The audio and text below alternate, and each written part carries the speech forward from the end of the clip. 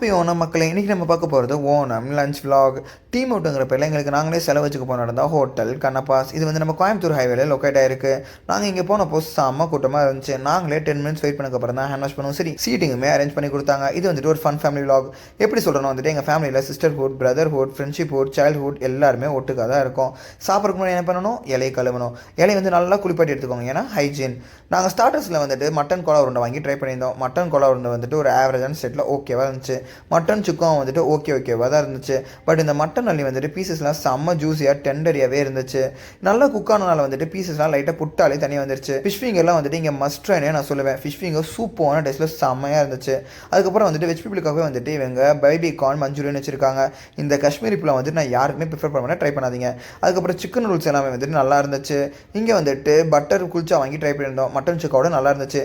பிரியாணி வந்து நாங்கள் 2 விதமான பிரியாணி வாங்கி ட்ரை பண்ணியிருந்தோம். மட்டன் சிக்கன் எல்லாமே வந்துட்டு ஒரு ஆவரேஜான டேஸ்ட்டில் ஓகேவாக தான் இருந்துச்சு. அதுக்கப்புறம் வந்துட்டு ரைத்தாவும் கொடுத்தாங்க. ஓகே. அதுக்கப்புறம் நாங்கள் டெசர்ட்டுக்கு போனோம். அதுதான் வந்துட்டு இளநீர் பாயசம். எங்கள் தலைவர் இளநீர் பாயசம் குடிச்சனால ஒரு கல்ப்பில் அடிச்சு முடிச்சிட்டாரு. பட்டர்ஸ்காட்ச் ஐஸ்கிரீமும் அதுக்கப்புறம் பட்டர்ஸ்காட்ச் வித் ஃப்ரூட் சாலட்லாம் வாங்கி ட்ரை பண்ணியிருந்தோம். எல்லாமே ஓகேவாக தான் இருந்துச்சு. அதுக்கப்புறம் வந்துட்டு ஒரு கஸ்டமர் ரிவ்யூ வந்துட்டு நாளைக்கு பார்ப்பீங்க. So stay tune.